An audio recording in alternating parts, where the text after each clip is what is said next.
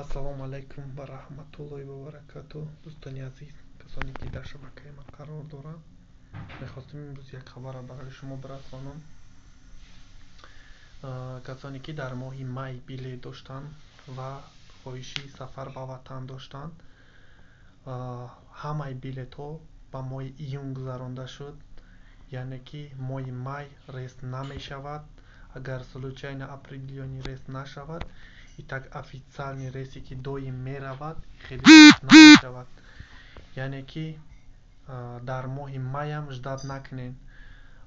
Дар интернетҳо, дар кассаҳо, дар бисёр ҷоҳо ҳаста. Мисол одамо мегӯянд ки имрӯз як рейс рафт, пага як рейс рафт гуфта, мисол скриншот мекунанд, мепартоянд. Бовар накунед, билетҳое ки шумо мехаред, касса имрӯз возврат мекунам, пага возврат мекунам гуфта шуморо намегардонад сумтона. Яъне билети шумо мехаред, возвратон намекунанд, наметанд.